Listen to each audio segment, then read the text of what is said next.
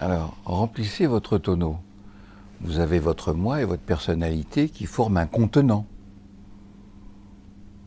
La personnalité des gens, c'est on est contenu dans un corps, on est contenu dans un espace et un caractère. Le moi fait le contenant de la personnalité, grosso modo. Et donc, ce que nous avons appris dans notre civilisation, c'est qu'il faut donner pour qu'on vous aime. Puisqu'il faut qu'on le mérite. D'accord ? C'est pour ça que mes 5 premiers enfants sont morts. J'ai dit à ma femme, il n'est pas question que tu t'occupes d'eux avant qu'ils le méritent. Donc on apprend qu'il faut tout mériter, même l'amour. Donc on apprend à donner, donner, donner. Maintenant, supposez un tonneau, il y a un tuyau qui arrive dans le tonneau et qui amène 20 litres à l'heure. D'accord ? Bon. S'il faut donner, à peine vous avez les 20 litres dans le tonneau, puisqu'il faut donner, vous faites ressortir les 20 litres tout de suite. D'accord ? Donc ce qui va sortir, c'est bien les 20 litres d'arrivée qui ressortent tout de suite. Donc l'arrivée de la vie, il se fait plein pot. Mais comme on redescend et qu'on redistribue tout de suite ce qu'on a reçu, les autres le reçoivent peut-être, mais du point de vue du tonneau, il a toute sa vie l'impression qu'il est vide. Donc vous vous videz, parce que c'est l'amour, c'est l'échange, et qu'on n'arrête pas d'échanger.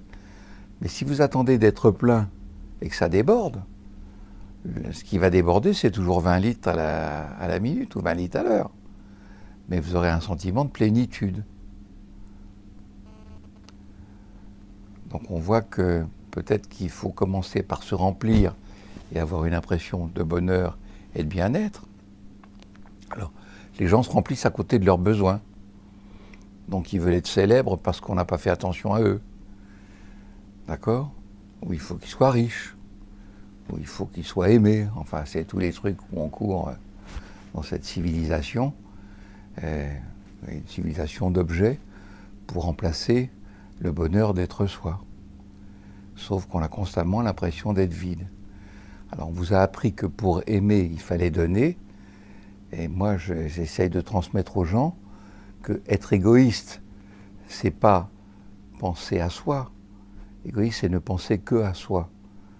Mais si on est vraiment intelligent, on pense à soi et à l'autre, parce que l'échange est un double don, et qu'on est gagnant des deux côtés. Si je prends tout ce que vous avez, ben je vais vous ruiner. Une fois que je vous ai ruiné, c'est cuit. Alors que si vous êtes bien et moi aussi, on peut continuer ensemble. Et donc il y a des gens qui, dans le mariage ou dans la vie de relation, s'épuisent à donner à l'autre, et soit ils ne savent pas demander, soit ils ne veulent pas recevoir parce que s'ils recevaient, il faudrait devoir. On vous a appris que quand on reçoit, il faut rendre. Il va falloir apprendre à recevoir sans devoir. Parce que si c'est ça, l'amour est une dette. Et on n'en sort pas. Donc l'égoïsme, c'est penser à soi, mais pas penser que à soi. Parce que si je pense que à moi, ben je me prive de vous, c'est pas très malin. Donc c'est si vous êtes bien qu'on peut en profiter. Et c'est très bien fait, puisque la vie a prévu que les malheurs diminuent quand ils sont partagés, la tristesse diminue quand elle est partagée, et la joie augmente quand elle est partagée. Donc c'est pas une tarte. Plus on partage une tarte, plus les morceaux sont petits. Au niveau de l'amour, c'est le contraire. Donc si je ne pense qu'à moi, ben, ça va pas très loin.